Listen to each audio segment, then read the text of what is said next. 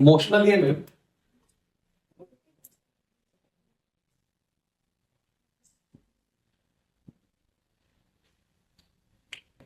तो इसका मतलब क्या है, EMF produce due to motion. किसके कारण आएगी? मोशन के कारण आएगी ईएमएफ। किसकी मोशन? कंडक्टर की। किसकी motion?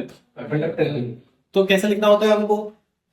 Whenever a conductor is moved in a magnetic field, एक कंडक्टर है उसको मूव कराना है मैग्नेटिक फील्ड में, मतलब वेलोसिटी लेनी है आपको, then EMF will be induced across it and it will be called as motional EMF। उसी को हम क्या बोलेंगे? Motional EMF। ठीक है। नाउ वैसे तो देखो इसका डेरिवेशन यहां से स्टार्ट होता है, D equal to V cross D dot dl, but उतना लेंथी आपको जाने की जरूरत नहीं है, एनसीईआरटी वाला केस ही बस कर लो आप। ठीक है, क्योंकि हम उसी के लिए पढ़ रहे हैं हम लोग। जैसे ये यहां पे सपोज करो एक ऐसा रेजिस्टर है, यूनिफॉर्म मैग्नेटिक फील्ड में दो पैरेलल रेल्स बनती हुई है, हम लोग निकालना चाह रहे हैं इसका डेरिवेशन बेसिकली कि कितना ईएमएफ इंड्यूस होता है।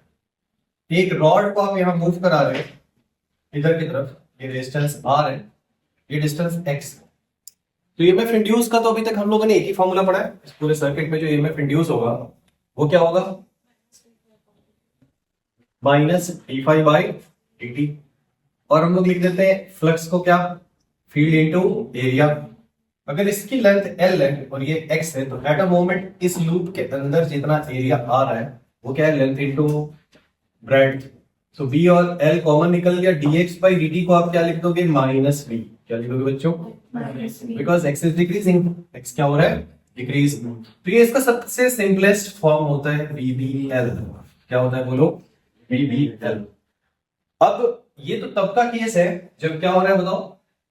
when velocity, field and length all are mutually perpendicular।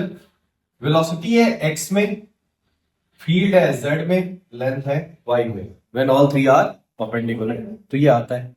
और जब अगर किसी एंगल पे ये मूव करता है, सपोज करो इसी मैग्नेटिक फील्ड में जो इनवर्ड मैग्नेटिक फील्ड है, इसमें अगर ये एक एंगल थीटा पे आप रॉड को मूव करा देते हो, थीटा पे, ठीक है। दो चीजें हैं जो एनसीईआरटी से थोड़ा अलग है, वो मैं यहाँ पे बता दूंगा आपको, क्योंकि हो सकता है उस पर बेस्ड क्वेश्चन आ जाए, डेरिवेशन आए चाहे ना। तो ये थीटा पे जब मूव करता है तो ईएमएफ की वैल्यू क्या होती है बच्चों? VBL sine theta. क्या होती है? तो इसका मैक्सिमम तब होता है जब कैसा मूव करेगा? ये परपेंडिकुलर। ये वाला case theta equal to 90 degree rod के परपेंडिकुलर मूव करेंगे, तो ये आ जाएगा VBL, that will be maximum EMF. Along the length move कर देंगे तो हमेशा क्या हो जाएगा बताओ? जीरो। बट ये जो है VBL साइन थीटा क्यों आया वो तो यहां से समझ में आएगा, V cross B dot L से, V cross B dot L से। तो ऐसा जो आपके एनसीईआरटी में है नहीं, तो इसलिए हम लोग उसको कर लेंगे। नाउ एक और केस होता है कि दो केसेस हमको ध्यान रखने की, कभी अगर न्यूमेरिकल आ गया इस पे बेस तो कैसे करेंगे, अदरवाइज डेरिवेशन तो इसका नहीं है। एक केस और क्या होता है कि अगर यूनिफॉर्म मैग्नेटिक फील्ड में नॉन स्ट्रेट वायर रखी हुई, क्या रखी हुई है? नॉन स्ट्रेट वायर रखी हुई है ऐसे, और आप इसको मूव कराते हो, so EMF is same as the EMF induced across this non-straight wire is same as when we kept a straight wire between the same initial and final point। इस केस का EMF इस case के EMF के बिल्कुल क्या होगा? Same होगा। तो हमको क्या कर देना है? बस इस वायर को हटा के क्या लगा देना है? स्ट्रेट वायर लगा देना है। क्या लगा देना है? वैसे एनसीईआरटी पे इसके आने के चांसेस कम है, बट हमको प्रिपेयर करना। तो जैसे क्या है, एक सपोज करो सेमी सर्कुलर ऐसे वायर है, और सेमी सर्कुलर वायर को आप एक बार मूव कराते हो x के अलाउंग और दूसरी बार किसके अलाउंग मूव कराते हो? y के अलाउंग। तो अलग अलग केसेस इसमें पूछे जा सकते हैं। ये रेडियस r है, this is magnetic field B vector, so how much is the EMF induce. तो इसमें क्या करना है? इसको हटा के क्या लगा देना है आपको बताओ? एक स्ट्रेट वायर, क्योंकि इसका ईएमएफ और इसका ईएमएफ क्या होगा बताओ? सेम होगा। अभी मैं इसकी पोलैरिटी पे भी आ रहा हूं, किधर प्लस होगा किधर माइनस होगा। अभी तो हम लोग सिर्फ देख रहे हैं इसके मैग्नीट्यूड वाले केसेस। तो अगर आपने ऐसा स्ट्रेट कर दिया तो ये केस हो गया, मतलब इस केस में आप लिखोगे VBL साइन जीरो, तो ये वैल्यू क्या आ जाएगी बताओ, 0। और अगर आपने दूसरे वाले केस में परपेंडिकुलर मूव करा दिया, परपेंडिकुलर है ना, ऐसा मूव करा दिया, तो इस केस में क्या एंगल हो जाएगा बताओ, 90। तो ये हो जाएगा VBL sin 90। इसका मतलब VB इंटू 2R बेसिकली क्या हो जाएगा बोलो। तो इसमें इंपॉर्टेंट क्या है कि VB इंटू पाई आर नहीं होता, जिसको ये कॉन्सेप्ट नहीं पता है कि किससे रिमूव कर देना है, रिप्लेस कर देना है स्ट्रेट वायर से, उन लोग जनरली कई बार VB इंटू क्या कर देते हैं, पाई आर। यहाँ पे क्या कर दिया है, VB इंटू 2R, क्योंकि हमको कर्व्ड वाले केस में वो लेंथ नहीं लेनी ली वायर की, हमको क्या लेना है, distance between initial and final point, distance between initial and. तो अभी तक हमने मैग्नीट्यूड के बारे में क्या क्या सीखा। मोशनल ईएमएफ क्या होता है, एक मिनट लगेगा, रिवाइज कर लेते हैं। मोशनल ईएमएफ एक कंडक्टर है, उसको मूव कराएंगे whenever a conductor is moved in a magnetic field, कैसा भी हो, uniform non uniform magnetic field, then EMF is induced across the rod और वायर, यस और नो। इसको विजुलाइज कैसे करोगे, विजुलाइज करने का सिंपल तरीका ये है कि भाई मैग्नेटिक फील्ड में वायर मूव करेगी तो बैटरी के जैसे काम करेंगे। ईएमएफ सोर्स का मतलब क्या है, बैटरी। तो ये जो रॉड है इसको हटा के हम क्या लगा सकते हैं यहाँ पे, बैटरी, जिसका ईएमएफ होगा VBL, कितना होगा बोलो, तो ऐसे आपको दिमाग में रखना है कि कंडक्टर मूव करेगा तो बैटरी के जैसे काम करेगा, बैटरी से रिप्लेस कर दोगे सर्किट रिलेटेड सारे क्वेश्चन सॉल्व हो जाएंगे, ये सॉल्व हो, ठीक है। तो वो आगे देखेंगे। ये इसकी डेफिनेशन हो गई, ये इसका डेरिवेशन सिंपल सा हो गया, d∅dt फैराडेज लॉ से माइनस d∅dt से हमने VBL यहाँ निकाल लिया। उसके बाद हमने देखा कि not necessarily all are perpendicular, ऐसा तो नहीं है कि सबके सब परपेंडिकुलर होंगे ऑलवेज। तो हम क्या करेंगे, जब थीटा पे मूव करेगी रॉड अपनी लेंथ से, तो वहां पे क्या आएगा, VBL sin थीटा, और थीटा की वैल्यू 90 पुट कर देंगे तो VBL आ जाएगा, क्या आ जाएगा बोलो। अब अगर कर्व्ड वायर हो गई उसकी जगह, अच्छा 90 से ये समझ में आया, 90 पे मूव करेंगे तो मैक्सिमम पैरेलल मूव कर देंगे तो 0, पैरेलल मूव करेंगे तो 0, मतलब वो ईएमएफ इंड्यूस ही नहीं होगा। नाउ इस कर्व्ड वायर को हटा के हमेशा हमको क्या लगा देना है, स्ट्रेट वायर। तो अगर ऐसा सेमी सर्कल है, so you don't have to take the pi r distance, you have to take 2r, but हमेशा 2r लेने के बाद VB into 2r नहीं लिखना है, फिर से एंगल चेक करना है। x में मूव कराएंगे तो ये पैरेलल मूव कर रहा है, y में मूव कराएंगे तो कैसा मूव कर रहा है, परपेंडिकुलर। तो एक में VB into 2r और एक में 0। कितने लोग समझ में आया इतना, ठीक है। अब आगे चलते हैं हम लोग। हाँ, इस पे क्वेश्चन है, इसकी पोलैरिटी पहले तो आप समझ लो, इसका कुछ ना कुछ क्या होगा बताओ, पोलैरिटी, कि भाई अगर ये बैटरी के जैसे काम कर रहा है तो इसका कुछ क्या होना चाहिए, प्लस, और कुछ क्या होना चाहिए बोलो। तो मैं थोड़ा आपको इसका लॉजिक बता दे रहा हूं कि भाई ये आता ही क्यों है, ये बैटरी के जैसे काम ही क्यों कर रहा है। इस रॉड को जैसे आप मूव करा रहे हो यहाँ पे, तो इसके अंदर है फ्री इलेक्ट्रॉन्स, क्या है बोलो, फ्री इलेक्ट्रॉन्स। तो इलेक्ट्रॉन्स सबके सब मूव कर रहे हैं इधर की तरफ, तो इलेक्ट्रॉन्स पे एक फोर्स लग जाएगा, जिसको हम लोग क्या बोलते थे, कौन सा फोर्स, लॉरेंज फोर्स, क्या बोलते थे बोलो। तो V क्रॉस B करेंगे तो फोर्स लगेगा नीचे, ये तो हमको आता है V क्रॉस B, है ना, लेफ्ट हैंड रूल से भी करोगे तो क्या आएगा बताओ, वेलोसिटी, और ये फील्ड नीचे की तरफ V क्रॉस B, नीचे की तरफ V क्रॉस B की डायरेक्शन में, बट इलेक्ट्रॉन पे चार्ज है नेगेटिव, तो वो तो होता है Q B क्रॉस B, मतलब सारे इलेक्ट्रॉन कहां इकट्ठे हो गए, ऊपर, इसके फ्री इलेक्ट्रॉन ऊपर इकट्ठे हो गए। तो इधर माइनस चार्ज बढ़ गया, इधर ऑटोमेटिकली क्या चार्ज बढ़ जाएगा बोलो, प्लस, क्योंकि इधर स्कैर्सिटी हो गई, कमी हो गई इधर। तो इसका मतलब ये ऐसा होगा और ये ऐसा होगा, इधर प्लस और इधर माइनस। मतलब अगर इसको मैं एक बैटरी से रिप्लेस करूं VBL की, उसका मैग्नीट्यूड होगा, और बैटरी का प्लस किधर होगा नीचे, माइनस किधर होगा ऊपर। तो याद क्या रखना है, जैसे फ्लेमिंग लेफ्ट हैंड रूल से V क्रॉस B निकालते थे, उसी डायरेक्शन में पॉजिटिव चार्ज, उसके अपोजिट डायरेक्शन में नेगेटिव। V क्रॉस B की डायरेक्शन में positive charge, this is the polarity, वो आपने लिखा होगा, यस और नो, रेगुलर क्लास में। क्या, the positive terminal in direction of B cross B, positive terminal in direction of V cross B। अब इसके न्यूमेरिकल्स करते हैं।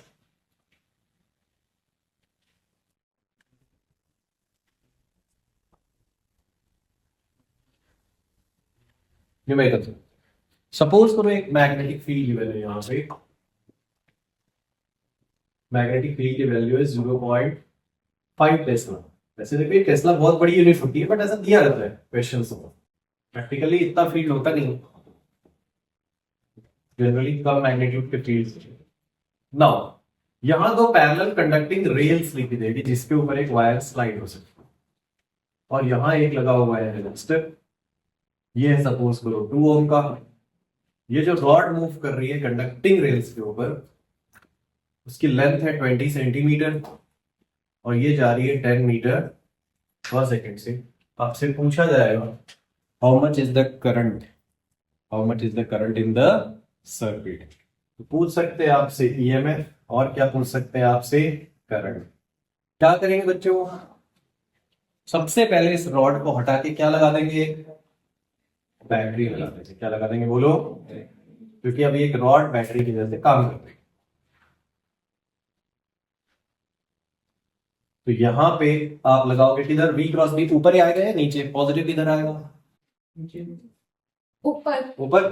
वहां लेफ्ट में जा रहा था, नीचे आ रहा था, यहाँ किधर आएगा बोलो, ऊपर, V क्रॉस B। इसकी वैल्यू हो गई VBL। वेलोसिटी कितनी है बच्चों, 10। मैग्नेटिक फील्ड कितना है, 0.5। और लेंथ कितनी है, 20 सेंटीमीटर, मतलब 0.2 है वो, बोलो। तो 2 इंटू 0.5 क्या हो गया, 1 वोल्ट। तो ये बेसिकली 1 वोल्ट की बैटरी लग गई है। इधर 2 ओम का रेजिस्टेंस आ गया है, इधर से करंट जाएगी, इधर से वापस आ जाएगी। Current will be E by R which is 1/2.5 ampere. ऐसा बन जाएगा बोलो, यस।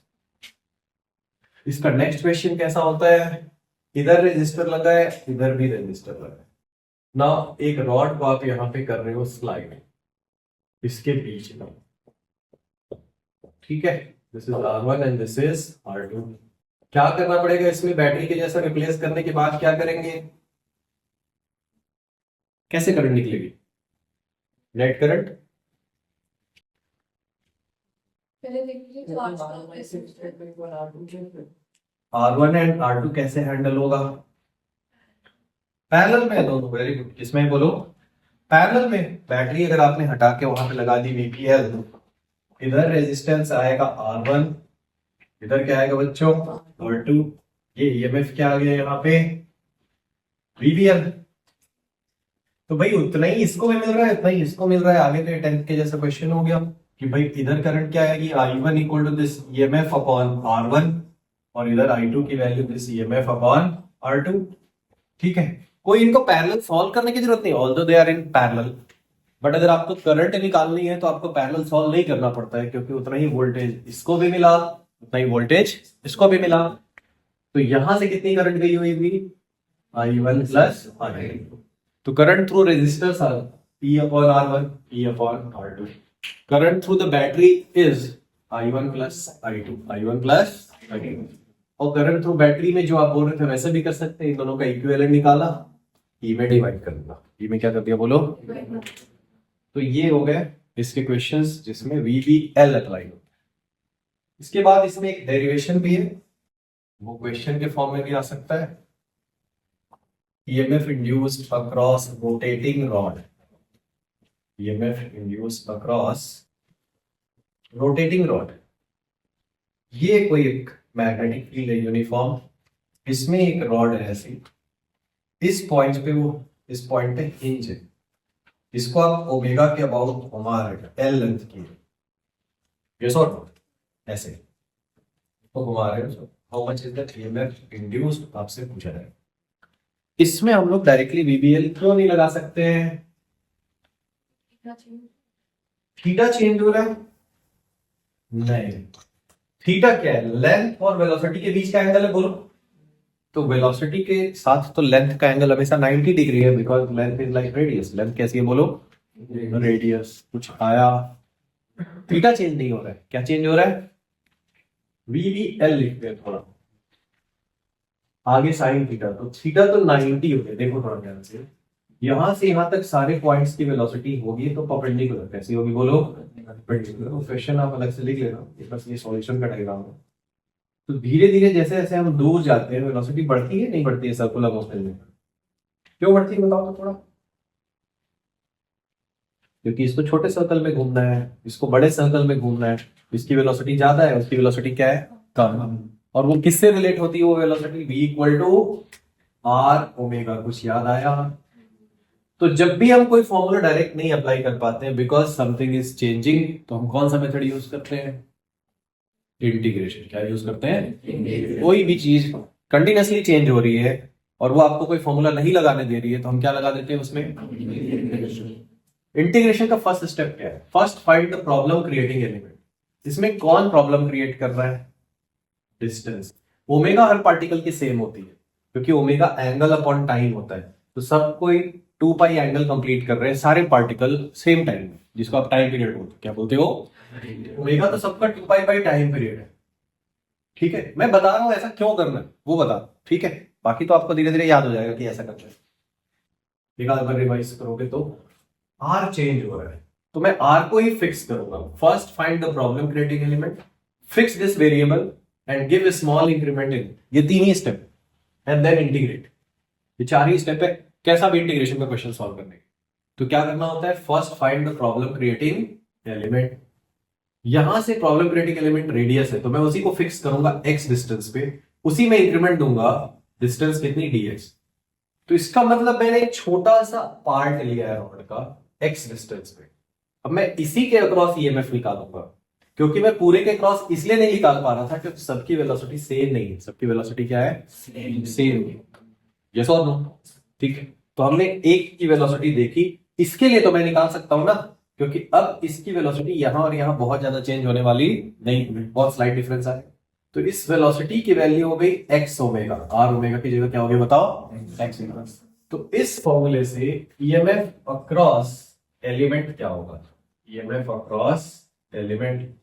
तो ये तो हो गया पूरा इसका discussion, EMF across element discussion हो गया इसका कि ये क्यों करते हैं ऐसा।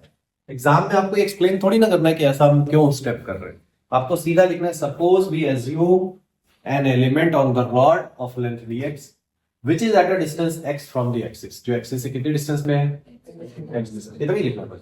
देन आपको लिखना है EMF induce across the element. वो क्या हो जाएगा बच्चों? vbl की जगह dx हो जाएगा बस। एंगल तो 90 है ही दिख रहा है, वेलोसिटी और फील्ड के बीच का और लेंथ के बीच का एंगल क्या है? 90। All are perpendicular. तो vb इंटू dx लिख दिया, v की जगह क्या लिख दिया? x omega. क्या लिख दिया? x omega. Now you integrate both sides, so b omega will be common x dx। इतना तो क्लियर है आपको? इंटीग्रेट करेंगे ये कॉमन आ जाएगा क्योंकि कांस्टेंट है। कहां से कहां तक इंटीग्रेट करना है? 0 to l। कितना इंटीग्रेट करना है बोलो? तो इसका इंटीग्रेशन क्या होगा? x स्क्वायर बाई 2 और ये क्या हो जाएगा? 0 to l। So it is b omega l square by 2। b omega l square by 2। वैसे देखो इसका एक शॉर्ट मेथड दिया बट वो एग्जाम में करके नहीं आता, वो आपको मेमोराइज करने के लिए बता। क्या? इस एंड का जो पॉइंट है उसकी वेलोसिटी है 0, तो उसका ईएमएफ भी इंड्यूस क्या होगा बताओ? 0। और सबकी वेलोसिटी अगर ये वाली होती कितनी होती? एल ओमेगा, जो इस एंड के बराबर सबकी वेलोसिटी होती पूरी वायर की। अगर रॉड ऐसे जाता भी एल ओमेगा से तो वी बी एल लिखते हम लोग, वी बी एल लिखते। बोलो कितना ईएमएफ इंड्यूस होता?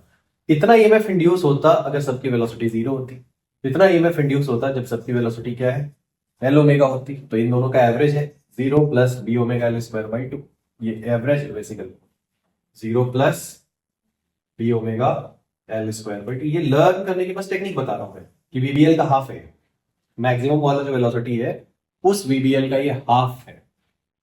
तो ये बस लर्न करने की टेक्निक है। डेरिवेशन तो यही रहेगा इसका। दूसरी बात, ये हमेशा नहीं लगाना है एवरेज वाला कॉन्सेप्ट, तभी लगाना है whenever quantity changes linearly with x। जिसका भी आप एवरेज ले रहे हो x के साथ ये लीनियरली चेंज हो रहा है, इसीलिए एक बार आप x को 0 ले रहे हो और एक बार x को क्या ले रहे हो? l, और इसको अप्लाई कर रहे हो। कुछ आया? नहीं आया? तो इसके ऊपर बेस्ड है 2 क्वेश्चन, 6.6 और 6.7। और दोनों में सिर्फ और सिर्फ फॉर्मूला लगाना है। ठीक है, जैसे एक व्हील है, व्हील को रोटेट करा देंगे यूनिफॉर्म मैग्नेटिक फील्ड में ऐसा, तो आपसे पूछा जाएगा कि इसके सेंटर और एक्सल के बीच में कितना ईएमएफ इंड्यूस होगा। ठीक है, तो वही आ जाएगा वहां पे L की जगह R और radius B omega R square by 2। इसी पे दोनों क्वेश्चन है एनसीईआरटी के सॉल्व एग्जाम का।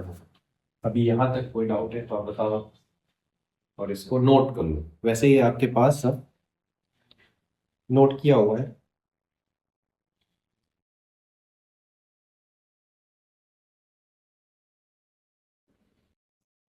एक बार देख रहा है, ये जो डेरिवेशन अभी बता रहा हूँ इसको 2 बार करेंगे हम लोग।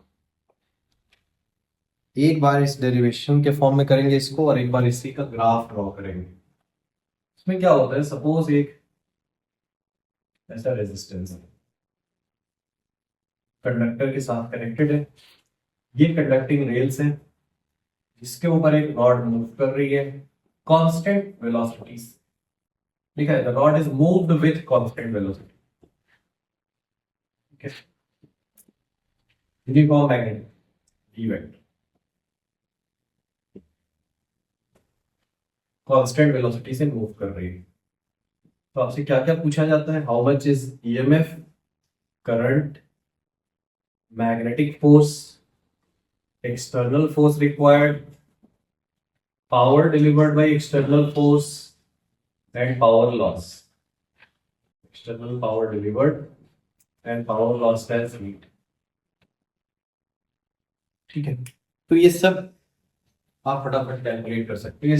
अगर आप इस रॉड को हटाओगे तो किससे रिप्लेस होगा बच्चों, एक बैटरी से। उसका ईएमएफ क्या होगा, VBL, because all are perpendicular. Current क्या होगी बच्चों, E by R, VBL upon R. उसके बाद मैग्नेटिक फोर्स किधर लगेगा, ILB sine 90। ILB sine theta होता है, तो लेंथ और मैग्नेटिक फील्ड के बीच का एंगल है 90, तो ILB साइन 90, या सिंपली आप ILB वहां लगा सकते हो डायरेक्टली भी। I की जगह VBL अपॉन आर आया, ये आएगा VB square L square upon R. अब ये किधर लगेगा फोर्स, देखो लूप में करंट ऐसे आ रही है बोलो, तो IL क्रॉस B करोगे तो इधर की तरफ लगेगा मैग्नेटिक फोर्स, लगेगा बोलो, क्या लगेगा बोलो, मैग्नेटिक फोर्स लेफ्ट डायरेक्शन। और अगर आप इससे नहीं निकालना चाहते हो कि ईएमएफ की पोलैरिटी डिसाइड करें, फिर करंट डिसाइड करें, फिर हम लोग फोर्स निकालें, 3 स्टेप में ये डायरेक्शन आ रही है, तो आप डायरेक्टली लेंज लॉ से बोल दो कि हमेशा मोशन का क्या करता है, अपोज। तो अगर मैं रॉड को खींचूंगा राइट में तो फोर्स लगेगा लेफ्ट, मैं पुश करूंगा लेफ्ट में तो इधर फोर्स लगेगा राइट में, बोलो। So this force is towards left. अगर मुझे कांस्टेंट वेलोसिटी मेंटेन करनी है तो एक्सटर्नल फोर्स क्या होना चाहिए बच्चों, 0। क्या होना चाहिए, इसका मतलब जितना मैग्नेटिक फोर्स लग रहा है लेफ्ट में उतना ही क्या लगेगा बोलो, एक्सटर्नल फोर्स आपको लगाना पड़ेगा किधर, राइट में। कुछ आया, so that velocity is maintained to be constant. Next, power external कितना डिलीवर हो रहा है, तो वो हो रहा है force dot velocity. External force भी राइट में लग रहा है और वेलोसिटी भी राइट में है, तो यहाँ पे डॉट प्रोडक्ट तो FV cos 0 आएगा, मतलब सिंपली फोर्स इनटू वेलोसिटी कर सकते हो। इसमें अगर आप वेलोसिटी से मल्टीप्लाई करोगे तो बस v जो बचा हुआ था उसकी भी स्क्वायर होगी, यानी v square L square upon r।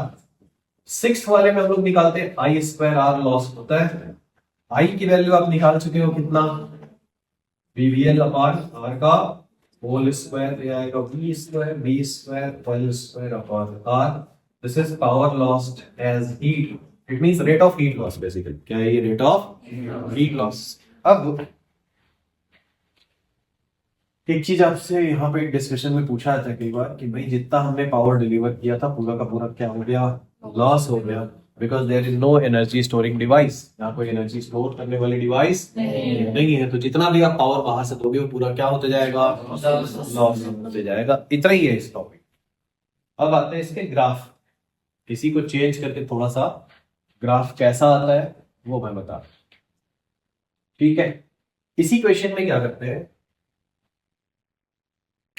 जो ओल्ड एनसीईआरटी बुक में था मतलब लास्ट ईयर तक, वो क्या बोलते हैं कि यहाँ एक रेजिस्टर लगा दो भाई और मैग्नेटिक फील्ड दो सिर्फ B डिस्टेंस तक, और रॉड को मूव करो टू B तक। ये है x इक्वल टू 0, यहाँ है x इक्वल टू B, और यहाँ पे जाके जा रहा है कोई एक डिस्टेंस है x इक्वल टू कितनी, 2, इसके डबल तक, and bring it back x equal to B तक जाइए और फिर वहां से क्या कीजिए, इसको वापस लाएंगे कांस्टेंट वेलोसिटी से, ठीक है, कांस्टेंट स्पीड से। इधर पहले राइट में वेलोसिटी, फिर इधर लेफ्ट में, और यही सारी क्वांटिटीज का आपको ग्राफ ड्रॉ करना है। बट वो कैसे ड्रॉ करना है कि पहले अपने को लेना है x इक्वल टू 0, फिर लेना है यहाँ पे x equal to b, then two b, then again x equal to b, then again x equal to 0। Generally हम लोग कैसे ड्रॉ करते हैं, x की वैल्यू बढ़ती जाती है, बोलो यहाँ क्या ड्रॉ करना है, पहले 0 से b टू b तक, फिर वापस कहां तक, 0। तो ये इसकी पोजीशन के साथ ग्राफ ड्रॉ किया हुआ है, पहले 2b तक गया, फिर उसके बाद कहां तक आया, 0 तक। तो फ्लक्स कैसे चेंज होगा, पहला वाला फ्लक्स से स्टार्ट करेंगे, ईएमएफ से भी पहले, ठीक है। इधर वाला नोट किया आपने पूरा, ये तो है आपके नोट्स में, रेगुलर नोट्स में। देखो इसकी लेंथ अगर सपोज करो L है, तो फ्लक्स कितना होगा, field into area, length into x, बोलो लेंथ इंटू, मतलब ये एक्स के प्रोपोर्शनल आएगा। और प्रोपोर्शनल का ग्राफ कैसा आता है बच्चों, स्ट्रेट लाइन। एक्स से जब तक बी तक ये जा रहा है, तब तक इसके अंदर का फ्लक्स क्या होता जा रहा है, बढ़ता जा रहा है। क्या होता है बोलो, उसके बाद बी से टू बी तक गया, तो फ्लक्स बी से, जब रॉड यहां पहुंचेगी, बी से आगे जाते रहेगी, तो फ्लक्स 0 हो जाएगा या कांस्टेंट हो जाएगा, यही से फेक डाउट है इस डेरिवेशन। क्या होगा, जब इसको क्रॉस करेगा तो फ्लक्स 0 कर दूं या कांस्टेंट कर दूं, कांस्टेंट, ये टू बी तक और वापस बी तक ये कांस्टेंट रहेगा। क्यों भाई, क्योंकि फ्लक्स का मतलब है कितनी लाइंस इसको क्रॉस कर रही है, कितना मैग्नेटिक फील्ड इसको क्रॉस कर रहा है, बोलो। तो जब आप आगे जाते हो, आगे, तो ऐसा थोड़ी ना कि ये वाला फ्लक्स 0 हो गया। जैसे एक सर्कल का आपसे फ्लक्स पूछा जाएगा, इधर मैग्नेटिक फील्ड है और इधर नहीं है, तो वो होगा b into pi R square by 2। 0 कर देंगे क्या, नहीं, क्योंकि इधर तो है ना फ्लक्स लिंक, तो इसमें भी इधर तो है फ्लक्स लिंक, वो कांस्टेंट हो गया, क्योंकि आगे बस एरिया बढ़ रहा है, आगे फील्ड है ही नहीं। आगे फील्ड है क्या, नहीं, तो ये फ्लक्स का ग्राफ आ गया। हाँ, अब आगे इसका एक पार्ट भी पूछा सकता है। इतने सारे ग्राफ अगर आपसे ना भी पूछे जाए, तो ये फ्लक्स गिवन होता है और आपसे पूछते हैं चलो भाई ईएमएफ ड्रॉ करो, तो समझो ईएमएफ क्या होता था, minus D phi by D. क्या होता था बोलो, या तो आप ऐसे कर लो, या तो इसी को वीबीएल से कर लो, तो ये माइनस वीबीएल आएगा, क्योंकि ये अपोज करता है इंड्यूस ईएमएफ इसके कॉज का। तो यहाँ D phi by D T अगर आप देखोगे, बेसिकली ये D phi by D X है, बट वैसे ही D phi by D T का भी ग्राफ आएगा, क्योंकि एक्स को आप वीटी लिख सकते, क्या लिख सकते बोलो, ये इसी से आया है ना, अभी थोड़ी देर पहले डिराइव किया था, बोलो D x by D T को भी लिखते। तो ईएमएफ तो कांस्टेंट आएगा, क्योंकि वेलोसिटी क्या है बच्चों, कांस्टेंट। बट जब ये स्लोप पॉजिटिव होगा ना, तो ईएमएफ कैसा ड्रॉ करना है, नेगेटिव। यहां स्लोप हो गया 0, तो यहां 0, और उसके बाद ये क्या हो जाएगा बताओ, पॉजिटिव। कुछ आया, ये किसका ग्राफ है, ईएमएफ का। इधर माइनस वीबीएल, इधर कितना बोलो, प्लस वीबीएल। माइनस क्यों लिया बच्चों, क्योंकि इसका जो आप फैराडे लॉ लगाओगे, तो उसमें minus D phi by D T होता है। क्या होता है बच्चों, minus D phi by D T, मतलब इंड्यूस्ड ईएमएफ इस मोशन का अपोज करने की कोशिश करे। तो ये तो हो गया आपका ईएमएफ। करंट अभी हमने कितना निकाला था, VDL अपॉन R, मतलब जैसा ग्राफ ईएमएफ का है वैसी ग्राफ किसका आएगा बोलो, करंट का किसका आएगा बोलो। बस वहां पे आपको डिवाइडेड बाई क्या लिख देना है, R लिख देना है, बोलो।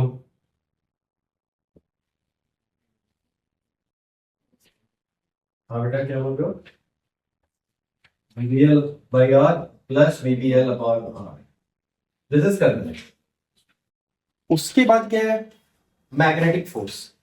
तो मैग्नेटिक फोर्स किधर लग रहा है बताओ, अगेन लेफ्ट में लग रहा है। ILB करोगे तो सेम ऐसे ही ग्राफ किसका आएगा बताओ, मैग्नेटिक फोर्स का। किसका आएगा बोलो, तो पहले फोर्स लग रहा है नेगेटिव, और देन क्या लग रहा है बताओ, पॉजिटिव। तो आपके पास स्पेस हो तो आप उसके नीचे ड्रॉ करते जाना, मैं यहाँ फिर से इसको ड्रॉ कर रहा हूं। x equal to 0, P, 2B and B and finally 0। तो पहले फोर्स था यहां तक नेगेटिव, देन हुआ क्या 0 B तक, फिर उसके बाद इधर क्या लग गया, पॉजिटिव। और उस फोर्स की वैल्यू आप निकाल चुके हो, VB square L square by R।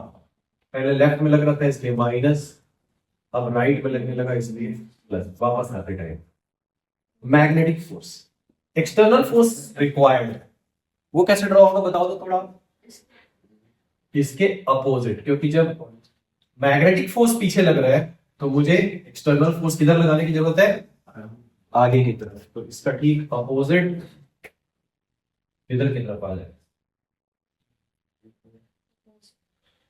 ये पॉजिटिव और ये वाला इधर क्या नेगेटिव, सेम मैग्नीट्यूड होगा। Yes, exactly as the नीचे ऐसे नीचे। तो दिस इज एक्सटर्नल फोर्स। आगे वाला दो पॉइंट इंपॉर्टेंट है कि external power delivered and power और rate of heat generation, rate of heat generation या रेट ऑफ हीट लॉस भी आप उसको बोल सकते हो। तो पावर दोनों केस में आपको पॉजिटिव ड्रॉ करनी है, यही इंपॉर्टेंट है। क्यों इंपॉर्टेंट है भाई, ये पावर है v square L square upon R. क्योंकि जब ये रॉड राइट में जा रही थी तो आपका फोर्स भी एक्सटर्नल राइट में लग रहा था, बोलो, और वेलोसिटी भी किधर थी, राइट में। तो जब आप इधर लेफ्ट में खींच रहे थे तो वेलोसिटी भी किधर थी, लेफ्ट में। तो यहाँ पावर था पॉजिटिव, फोर्स डॉट वेलोसिटी से यहाँ क्या था, नेगेटिव। सॉरी, दोनों सेम डायरेक्शन में ना, पावर तो एक्सटर्नल वाले का पॉजिटिव ही है, एक्सटर्नल वाले का क्या है बोलो, और ये पूरा पावर किसमें चले जा रहा है, हीट के फॉर्म में। तो जब आप इसका पावर लॉस का डायग्राम बनाओगे और रेट ऑफ हीट जनरेशन, तो वो पूरा बनेगा माइनस में। किधर बनेगा बोलो, क्योंकि सिस्टम के लिए ये पावर पॉजिटिव है जो आप बाहर से दे रहे हो, और वो पावर नेगेटिव है क्योंकि वो लॉस होते जा रहे हैं। ये दोनों पार्ट नेगेटिव होगा। तो बाकी हर जगह पे क्या हो रहा है, पॉजिटिव नेगेटिव, यहाँ भी negative positive negative positive negative positive positive negative. यहां एक ऐसा है कि ये दोनों पॉजिटिव और जो पावर लॉस हो रही है वो दोनों नेगेटिव। कुछ समझ में आया? तो वही चीज का एक बार डेरिवेशन है और उसी चीज का ये पूरा का पूरा ग्राफ बन जाएगा। ठीक, तो फिलहाल यही वाली चीज जो है वो हटी हुई है एनसीईआरटी से। चले आगे, चलो इंडक्टेंस देखते हैं। इंडक्टेंस है क्या चीज, तो इसको इंडक्शन से कंफ्यूज नहीं होना है। पहली बात तो अगर आपसे मैग्नेटिक इंडक्शन कभी पूछा जाएगा एग्जाम में, तो वो बेसिकली मैग्नेटिक फील्ड है, बी वेक्टर क्या है बोलो। इंडक्टेंस पूछा जाएगा तो वो एल। इंडक्टेंस बेसिक प्रॉपर्टी है, like resistance and capacitance, circuit elements की बेसिक प्रॉपर्टी में से एक है। तो 10th से स्टार्ट करते हैं। 10th में रेजिस्टेंस क्या पढ़ते थे हम लोग, it is the property due to which क्या होता है, any conductor any wire opposes, वाह, ये रेजिस्टेंस होता है। 10th क्लास में कुछ सडन वडन नहीं होता था है ना। रेजिस्टेंस होता था which opposes the flow of charge, which opposes the flow of charge. Inductance जो है ना वो क्या करता है, अपोज करता है change in flux, change in flux. Oppose बाद में पढ़ेंगे, पहले देखेंगे कि ये आया कहां से। तो अभी तक हमने पढ़ा है कि जब हमने मैग्नेटिक फ्लक्स निकाला है तो वो कहीं ना कहीं मैग्नेटिक फील्ड के प्रोपोर्शनल होता है, बोलो नहीं यार, बी डॉट एल एस होता है ना भाई। अरे हाँ, नहीं बोलते समझो, बी डॉट एल एस। अब फील्ड जो इस चैप्टर में आपने पढ़ा था मैग्नेटिक इफेक्ट में, तो स्ट्रेट वायर का लिखो, सर्कल का लिखो, सॉलिनॉइड का लिखो, टॉरॉइड का लिखो, किसी का भी लिखो, आई के तो प्रोपोर्शनल होता था, रेडियस के प्रोपोर्शनल आ जाए, इनवर्सली आ जाए, कुछ भी आ जाए, बट हमेशा आई के क्या होता था, प्रोपोर्शनल। तो इसका मतलब flux is proportional to B and B in turn is proportional to I. Flux जो है वो बी के प्रोपोर्शनल है और बी किसके प्रोपोर्शनल है, आई के। इसलिए हम लोग लिखते हैं कि जो फ्लक्स है वो किसके प्रोपोर्शनल है, आई के। तो यहाँ जो कांस्टेंट आता है वही होता है क्या, इंडक्टेंस। अब वो दो टाइप का हो सकता है, एक तो flux equal to L I और वहीं से क्या हो सकता है, flux equal to M I. इसका मतलब क्या होगा, पहले देखो, दो तीन डेफिनेशन में आपको बता रहा हूं, ठीक है। पहले तो आपको यहां पे फर्स्ट डेफिनेशन थ्योरेटिकली क्या लिख देनी है, inductance is the property due to which inductor opposes the change in flux. Change in flux का ये क्या करता है बोलो, अपोज करता है, बोलो, ठीक है। और ये सर्किट में सडन चेंज इन करंट का भी अपोज करता है। सडन चेंज इन करंट का क्या करता है बोलो, वो फ्लक्स से ही आए, फ्लक्स का अपोज करेगा तो करंट का भी करेगा। दूसरी बात, एनसीईआरटी के जैसा लिखना है तो आप लिखोगे flux through any coil is proportional to the current and the proportionality constant is called inductance. इस प्रोपोर्शनैलिटी कांस्टेंट को ही क्या बोलते हो आप? इंडक्टेंस। तो अगर मैं सेल्फ इंडक्टेंस को डिफाइन करूं तो ये होगा फ्लक्स अपॉन करंट। क्या होगा बोलो? Flux upon current. इसका मतलब the inductance of any coil is nothing but the flux linked with it per unit current. Flux linked with it per unit current. ये तो समझ में आता है आपको? पर यूनिट लिखना ये तो समझ में आता है ना कि अपॉन आई का मतलब है आई को मैं 1 लूंगा तो एल हो जाएगा फाई के इक्वल। किसके इक्वल हो जाएगा बोलो? तो एक तो अपोज वाला डेफिनेशन हो गया, एक क्या हो गया? Flux linked with any coil per unit current in the coil. यहां एक वर्ड यूज करते हैं हम लोग म्यूचुअल इंडक्टेंस। यही कॉइल है, इसी की करंट है, इसी का फ्लक्स मेजर कर लिया आपने तो हम लोग इसको बोल देंगे सेल्फ इंडक्टेंस। और अगर कॉइल दूसरी है जिसमें फ्लक्स आप मेजर कर रहे हो, करंट कहीं और आ रही है, जैसे मेरा कॉइल यहां है और करंट इस कॉइल में आ रही है, तो उस केस में हम लोग इसको बोल देंगे म्यूचुअल इंडक्टेंस। क्या बोल देंगे बोलो? तो सेल्फ इंडक्टेंस का डेफिनेशन क्या हो गया? Flux linked in a coil per unit current. बोलो, ये हो गया इंडक्टेंस जनरल, चाहे सेल्फ हो या म्यूचुअल। अगर सेल्फ को बताना है तो क्या बता देंगे? Flux linked with a coil per unit current in the same coil. Flux linked with a coil per unit current in the near by coil. बोलो, तो उसको बोल देंगे म्यूचुअल इंडक्टेंस। इसकी जो यूनिट होगी एम्पेयर्स वो होगी हेनरी। क्या होगी बोलो? हेनरी। अब हेनरी का मतलब ये है फ्लक्स। फ्लक्स कल किसमें मेजर किया था? वेबर पर एम्पियर। और वेबर को ही क्या लिखा था? टेस्ला मीटर स्क्वायर पर एम्पियर। तो समझ में आया? ये सारी यूनिट किसकी हो जाती है? हेनरी की। तो इसको थोड़ा याद रखना। अब आपसे पूछा जाएगा डिफाइन 1 हेनरी। छोटे छोटे क्वेश्चन एनसीईआरटी वाले से मैं करा रहा हूं। 1 हेनरी, ये आपको 1 चाहिए तो ये दोनों भी क्या होने चाहिए बताओ? 1। यस और नो? तो आप बोलोगे if 1 ampere current flows in a coil and flux linked with it is 1 weber, then inductance of such coil is 1 henry. Inductance of such coil is 1 ampere की करंट देंगे, 1 हेनरी का 1 weber का flux link होगा, तो उस case में inductance को हम लोग क्या बोल देंगे? उस कॉइल के इंडक्टेंस को 1 हेनरी। बट ये लार्ज यूनिट है इसलिए हम लोग यूज करते हैं मिली, माइक्रो, नैनो, हेनरी, इस रेंज में पिको। यस और नो? तो क्या हो गया? इंडक्टेंस का डेफिनेशन हो गया, हेनरी का डेफिनेशन हो गया। बोलो, इसको ऐसा भी लिखते हैं कि भाई अगर flux equal to L I लिखा हुआ है, इसी पे पूरा आगे न्यूमेरिकल होगा, तो डेल फाई की वैल्यू क्या आ जाएगी बोलो? L del I. यस और नो? और यहां एम आई है तो यहां डेल फाई इक्वल टू क्या होगा? M del I. इसमें क्यों चेंज मेजर नहीं किया? वो तो कांस्टेंट है। वो क्या है बोलो? समझे? L R C. इसमें से कोई सा भी कंपोनेंट अप्लाइड वोल्टेज करंट किसी पर डिपेंड नहीं करता। ये सब के सब सिर्फ डिपेंड करते हैं ज्योमेट्री पे और मीडियम पे। किस पे? ज्योमेट्री और मीडियम पे। L equal to phi upon I है, बट ना तो वो फाई पे डिपेंड करेगा ना तो आई पे। आर की वैल्यू वी बाई आई है, बट ना तो वो वी पे डिपेंड करेगा ना तो आई पे। सी की वैल्यू क्या है? क्यू बाई वी, बट ना तो वो चार्ज पे डिपेंड करेगा ना तो वोल्टेज पे। तो डिपेंड किस पे करेंगे ये सब?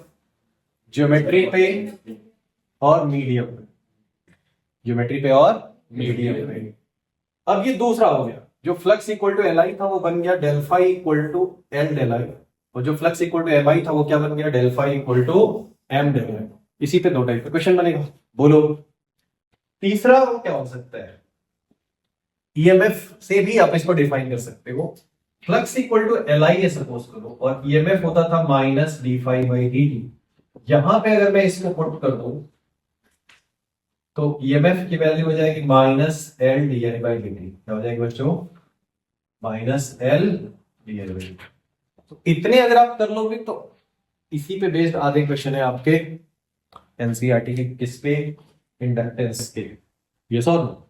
और यहां से अगर आप यूनिट देखना चाहो, थोड़ा ध्यान से देखना, तो इसी 1 हेनरी को आप क्या लिख सकते हो? इसकी यूनिट क्या होगी? ये वोल्ट इनटू सेकंड, उधर जाके मल्टीप्लाई होगा और एम्पियर से डिवाइड हो जाएगा। सो दिस इज वोल्ट सेकंड पर एम्पियर। नहीं आया? वोल्ट सेकंड मल्टीप्लाई हुआ, एम्पियर से डिवाइड हो गया। तो हेनरी को इतने तरीके से लिख सकते हैं, इसीलिए मैं बार बार बोल रहा हूं इसकी यूनिट्स बहुत इंपॉर्टेंट होती है मैग्नेटिक। है ना। मैग्नेटिज्म में यूनिट्स बहुत इंपॉर्टेंट होती है। इवन द डायमेंशन, तो डायमेंशन यहीं से सबसे बढ़िया निकलेगा। ठीक है, कैसे निकाल सकते हो, L D I by D T यहां से भी निकल जाएगा। ईएमएफ क्या होता है बच्चों, वर्क अपॉन चार्ज होता है ना, voltage work upon charge, work upon charge. L निकालना है, current is a, time is T, cancel हो गया। तो एल एल को कैंसिल मत कर देना, ये इंडक्टेंस वाला एल है, उधर लेंथ वाला है। बोलो भाई, M L two T minus two A minus two. एक और तरीका आगे जाके मैं बताऊंगा आपको इसका निकालने का, सबसे इजी तरीका, और वो क्या है, energy stored in an inductor is half L I square. ये हम लोग प्रूफ करेंगे ना, यहां से तुरंत निकल जाएगा। एनर्जी अपॉन करंट का स्क्वायर, एनर्जी अपॉन करंट का स्क्वायर, वहीं से निकालना है आपको, या तो बस आपको निकाल के दिखाना है। क्या क्या पढ़ा, इंडक्टेंस क्या होता है, वो प्रॉपर्टी है जिसके कारण कोई भी कॉइल किसका अपोज करती है, फ्लक्स का अपोज करती है, चेंज इन फ्लक्स का अपोज करती है। बोलो, फिर हमने देखा कि वो जो फ्लक्स है वो तो करंट के ही प्रोपोर्शनल है, क्योंकि फ्लक्स प्रोपोर्शनल है बी के, बी प्रोपोर्शनल है आई के। वहां जो कांस्टेंट आता है वही क्या है, इंडक्टेंस है। वो दो टाइप का हो सकता है, self inductance and mutual inductance. So self inductance is flux per unit current in the same coil, flux per unit current in the near by coil. फिर उसका चेंज निकाल दिया तो एल डेल आई हो सकता है, एम डेल आई हो सकता है। यही से हमने ये सारे इसकी यूनिट्स यहां तक निकाली थी, flux equal to L I से। ये वाले के लिए हमने ईएमएफ निकाला, इसको डिफरेंशिएट किया, एल कॉमन आया, D I by D T आ गई। तो यहां से एक और यूनिट आ गई, वोल्ट सेकंड पर एम्पियर, और वहीं से हमने डायमेंशन निकाल दिया ना। क्लियर है। अब इसके ऊपर तीन क्वेश्चन, तीन फॉर्मूला लिखा, तीन क्वेश्चन बोलो, तीन टाइप के, पहले वो करते हैं, फिर इसके इंडक्टेंस का कैलकुलेशन करते हैं। उधर का ना, हाँ, ठीक है, ये लिखा है नोट्स में, लिखी नहीं है, दो रिवीजन करने के लिए, ठीक है, अच्छी बात है। देखो भाई, पहला क्वेश्चन लिखा रहेगा, एक कोई कॉइल है, कैसा भी कॉइल हो सकता है, किसी भी शेप का, बस कॉइल लिखा है। कॉइल में करंट 2 एम्पीयर फ्लो हो रही है और उसका फ्लक्स जो है वो है 10 milli weber. So find the inductance, ऐसा question. When current of 2 ampere flows in a coil, the flux of 10 milli weber is linked with it, find the inductance. क्या करेंगे, एक ही फॉर्मूला है, flux equal to L I. जैसे ohm's law में V equal to I R से आधा chapter solve हो जाता, तो बोलो Q इक्वल टू CV से आधा चैप्टर कैपेसिटर में सॉल्व हो जाता, तो वैसे ही हाँ 10 मिली एल आई, आई की जगह 2, तो क्या आ जाएगा 5 मिली हेनरी। 100% करेक्ट आंसर है आपका। दूसरा question, when current in a coil changes from 4 ampere to 10 ampere, flux changes by 40 milli weber, change in flux, ऐसा लिखा रहेगा। Then find the inductance. अब क्या करेंगे बोलो, del phi equal to del del I लिखेंगे, बोलो हाँ, डेल फाई कितना, 40 मिली, बिल्कुल सही बता रहा हूं आपको। एल 10 माइनस 4, एल क्या आएगा बोलो, 40 मिली अपॉन 6, 20/3 मिली हेनरी बन जाएगा ऐसा। ठीक है, तो पहले और दूसरे में क्या डिफरेंस है, पहले में सीधे फ्लक्स अपॉन करंट करना है, दूसरे में चेंज रिलेट कर देना। बोलिए नेक्स्ट, ईएमएफ से रिलेटेड। अच्छा एक बात बताओ, इसी क्वेश्चन में अगर लिखा रहता, थोड़ा ध्यान से देखना, current is change from 4 ampere in one direction to 10 ampere in opposite direction, then find the inductance if the flux changes by 40 milli henry. ध्यान से सुनना, current in a coil changes from 4 ampere in one direction to 10 ampere in opposite direction, and then change in flux is 40 milliweber. So find inductance. अब क्या करेंगे,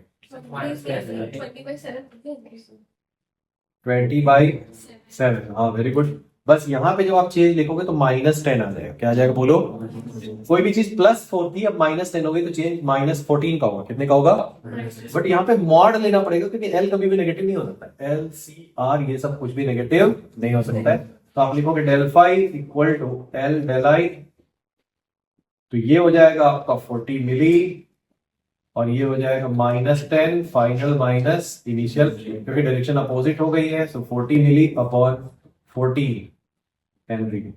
20/7 बन जाएगा ऐसा। तो जनरली क्या है, सेम वैल्यू को अपोज कर देंगे। फिर 10 था, -10 कर दिया, तो चेंज कितने का आया? 20 का। कोई भी चीज 10 थी, अपोजिट डायरेक्शन में 10 हो गई, तो क्या हो गया बताओ?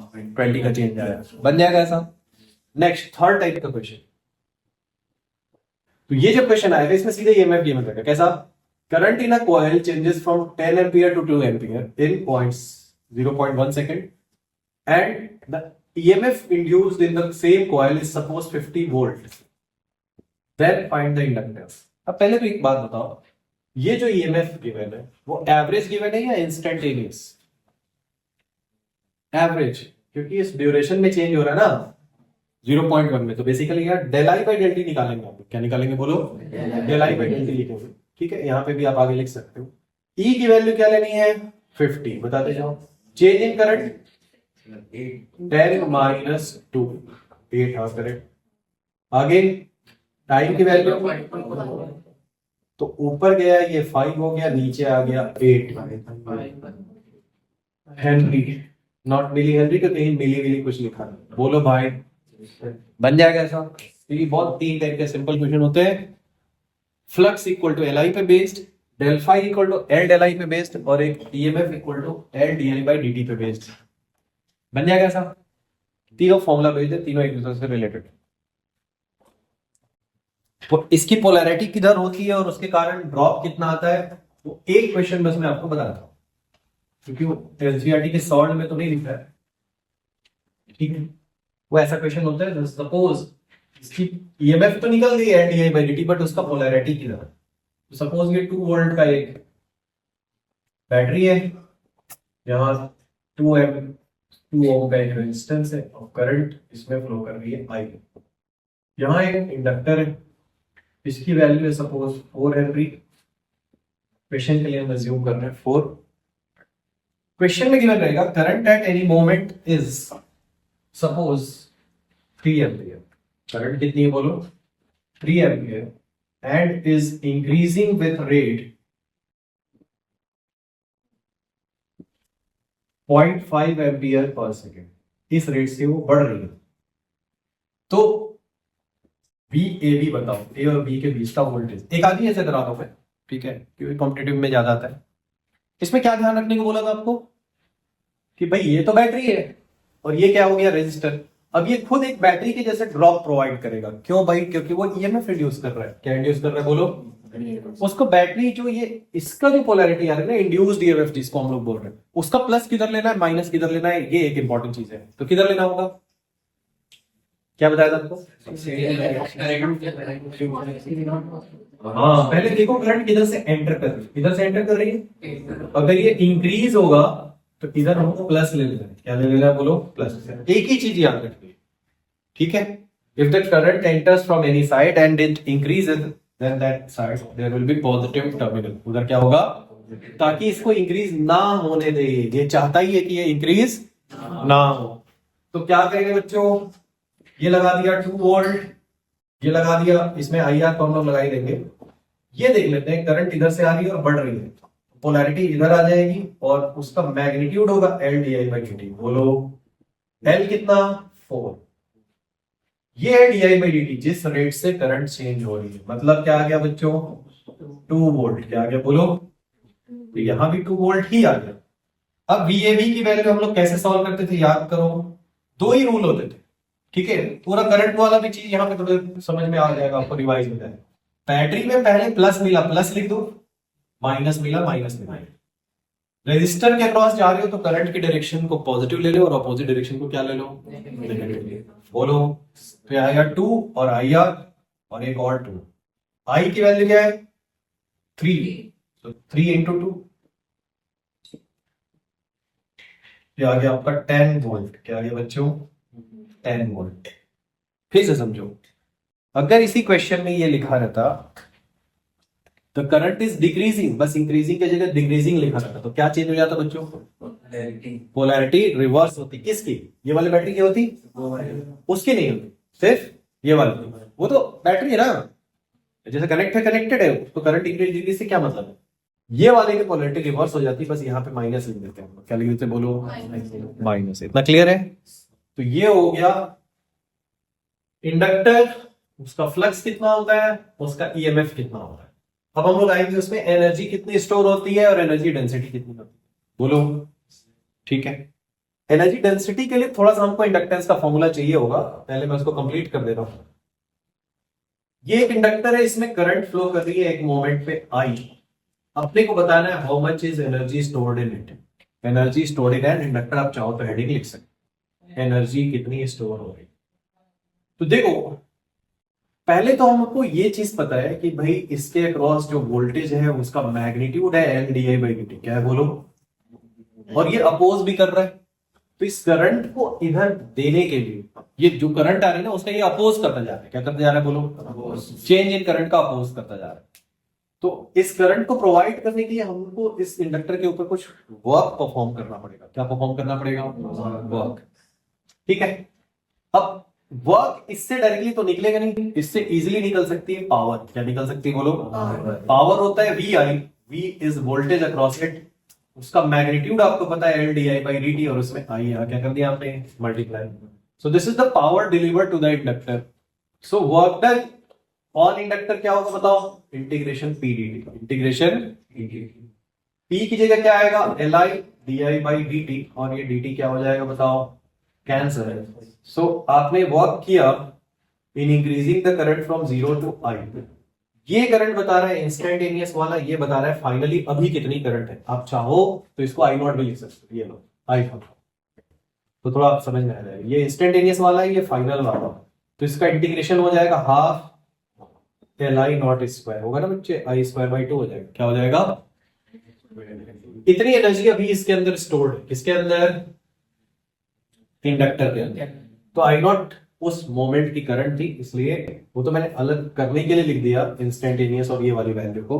अदरवाइज यहां से यही वाला वर्क डन स्टोर हो जाएगा इंडक्टर में, and that is half L I square. कितना है बोलो, half L I square energy stored. जैसे कैपेसिटर में होता था हाफ सीवी स्क्वायर, क्या होता था बच्चों, स्प्रिंग में होता था हाफ के एक्स स्क्वायर, काइनेटिक एनर्जी होती थी हाफ एम वी स्क्वायर। वैसे हम लोग इसको रिलेट करके याद कर सकते हैं, ऑल्दो ये सारी एनर्जीज अलग अलग है, लर्न करने के लिए बस ऐसा रिलेट बोलो, हाफ एल आई स्क्वायर। अब आती है इसके अंदर एनर्जी डेंसिटी कितनी। एनर्जी डेंसिटी होती है एनर्जी अपॉन वॉल्यूम, बोलो। उसके लिए मैं यहां एक सॉलिनॉइड एज्यूम कर रहा हूं, देखो सॉलिनॉइड, लेंथ एल का, रेडियस आर। यहां हमने लिख दिया half L I square upon volume. Inductance का मैं थोड़ा यूज कर रहा हूं, अभी तुरंत बताऊंगा आपको कि इंडक्टेंस होता है। एक सोलेनॉइड का जो इंडक्टेंस होता है वो होता है mu naught N square into volume, होता है बच्चों, mu naught into N square into, तो वॉल्यूम से वॉल्यूम क्या हो जाएगा, एन। इस म्यू नॉट का भी स्क्वायर करना चाह रहा हूं मैं, तो एक म्यू नॉट मुझे डिवाइड करना पड़ेगा, बोलो ऊपर मल्टीप्लाई किए तो नीचे क्या करना पड़ेगा। सॉलिनॉइड के अंदर जो मैग्नेटिक फील्ड होता है म्यू नॉट इंटू एन आई होता है, याद बात आ रहा है। तो ऊपर है बी स्क्वायर अपॉन, नीचे में है 2 म्यू नॉट, क्या है बच्चों, कितने लोग समझ में आ गए, B square upon 2 mu naught. Electric field में होता था half epsilon naught E square, तो वो तो एनालॉजी से आपको पता ही है कि जहां जहां पे इलेक्ट्रिक फील्ड में एप्सिलॉन नॉट न्यूमरेटर में आता था, वहां मैग्नेटिज्म में क्या आएगा बताओ, 1 अपॉन म्यू नॉट। क्या आता है, याद आ रहा है कि बायोसेवर्ट लॉ, कूलॉम्स लॉ। इसमें एक लाइन हमको लिखनी होती है, that although we have derived this result for a solenoid, but it is equally applicable for any region wherever there is magnetic field. There is a simple सा, कोई coil oil नहीं है, परमानेंट मैग्नेट ला के रख दो आप, इसके आसपास भी तो एनर्जी होगी ना, बोलो। पास में एनर्जी डेंसिटी ज्यादा होगी, बाद में क्या होगी, दूर में कम होगी, क्योंकि फील्ड क्या है वहां, कम होता जा रहा है दूर के पास, बोलो। तो इस जगह पे मुझे अगर निकालनी है कितनी एनर्जी है, तो उस जगह की एनर्जी डेंसिटी के लिए मैं ये फॉर्मूला यूज कर सकता हूं। एक जनरल फॉर्मूला है किसी भी मैग्नेटिक फील्ड के लिए, बोलो। अब इस चैप्टर में अभी आपके लिए क्या बच गया है, एक सेल्फ इंडक्टेंस और एक म्यूचुअल इंडक्टेंस, बोलो। तो मैं उसको थोड़ा यहीं पे बता दे रहा हूँ, फटाफट 2 मिनट लगेगा। सेल्फ इंडक्टेंस इसी का निकालना है जो अभी हमने यूज किया ना, क्या, mu naught into N square into volume. इसी का डेरिवेशन हो रहा है, सेल्फ इंडक्टेंस ऑफ सोलेनॉइड। देखो इस चीज को थोड़ा कि क्या बता रहे हैं। सोलेनॉइड का सेल्फ इंडक्टेंस मतलब ये करंट के चेंज का कितना अपोज करेगा। पहली बात क्या करेगा, कितना, और दूसरा कितना मैग्नेटिक फील्ड स्टोर करेगा।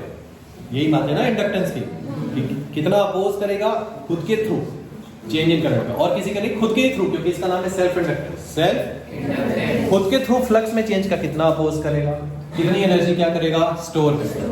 तो देखो इसमें सिर्फ एक ही, दोनों डेरिवेशन, कितने भी डेरिवेशन आ जाए आपको एक ही चीज याद रखनी है, फ्लक्स इक्वल टू LI होता है। L निकालना है मुझे, तो ये होगा phi upon I। Give current I, measure flux phi। ऐसे आप कैसा भी डेरिवेशन होगी यही स्टेप करना है, करंट देनी है और फ्लक्स क्या करना है बोलो, मेजर करना है। कैपेसिटेंस हम लोग कैसे निकालते थे, Q by V। Charge Q देना है, वोल्टेज मेजर करना है, वोल्टेज क्या करना है बोलो, डिवाइड करना है, दैट्स ऑल। इसमें सपोज इस सोलेनॉइड में है ना, L लेंथ की सोलेनॉइड है ऐसे, R रेडियस है, number of turns per unit length इसमें हम लोग लेते हैं N, number of turns per unit length N लेते हैं, ठीक है। ये इसके पैरामीटर्स हो गए। इसमें करंट सपोज हमने I दिया है, तो फ्लक्स कितना लिंक होगा, फ्लक्स लिंक होगा B डॉट ls, जो इसकी बेसिक डेफिनेशन है, फील्ड डॉट ls बोलो। बट इसके साथ आएगा एक n, क्योंकि एक टर्न नहीं है, कितने टर्न है, n। तो B डॉट ls एक टर्न का फ्लक्स है, तो यहाँ पे आ जाएगा n। इस n की वैल्यू होगी स्मॉल n इंटू l। क्यों होगी बताओ तो, थोड़ा भूल गए। हाँ, क्योंकि n जो है वो खुद number of turns per unit length है, तो टोटल निकालेंगे तो l से मल्टीप्लाई हो जाएगा, यह आ जाएगा mu naught n square pi r square. l को मैंने अलग कर दिया ताकि मैं इसको कंपेयर कर पाऊं फ्लक्स इक्वल टू LI से, बोलो भाई।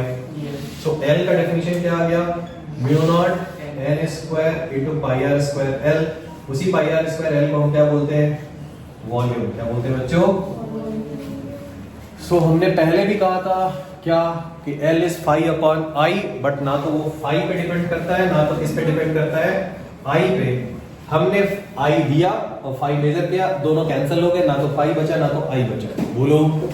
तो किस पे डिपेंड कर रहा है, नंबर ऑफ टर्न्स पे। वॉल्यूम का मतलब रेडियस और लेंथ पे, रेडियस और म्यू नॉट का मतलब मटेरियल पे। अगर इसके अंदर एक मीडियम भर दिया जाए, आयरन रॉड इंसर्ट कर दी जाए, पूरी फुलफिल कर दी जाए, तो म्यू नॉट के साथ आ जाएगा म्यू आर। याद आ रहा है, ठीक है। तो ऐसा याद कर सकते हो, सबसे सिंपलेस्ट तरीका ये है, mu not into n square into volume, n square into, but remember n is not number of turns, it is number of turns per unit length.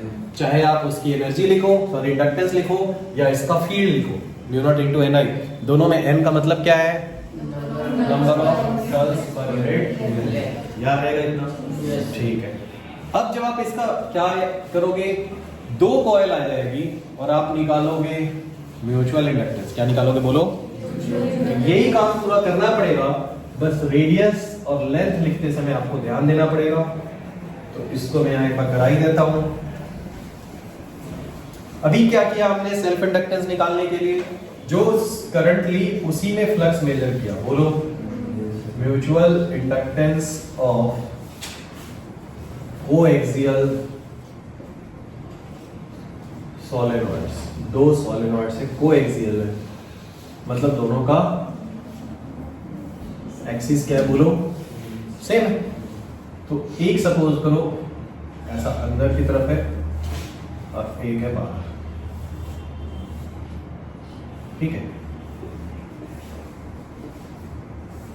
ऐसा ऐसा इसमें आप करंट फ्लो करा रहे हो, ये वाला, ठीक है। जब आप निकालोगे इंडक्टेंस तो करंट हमको लेनी पड़ेगी। ये फर्स्ट कॉइल है, ये सेकंड कॉइल है, ये फर्स्ट का रेडियस हो गया, ये क्या हो गया, सेकंड का रेडियस हो गया, यस और ये सेकंड की लेंथ है, ये फर्स्ट की लेंथ है, दोनों की एक्सिस सेम है।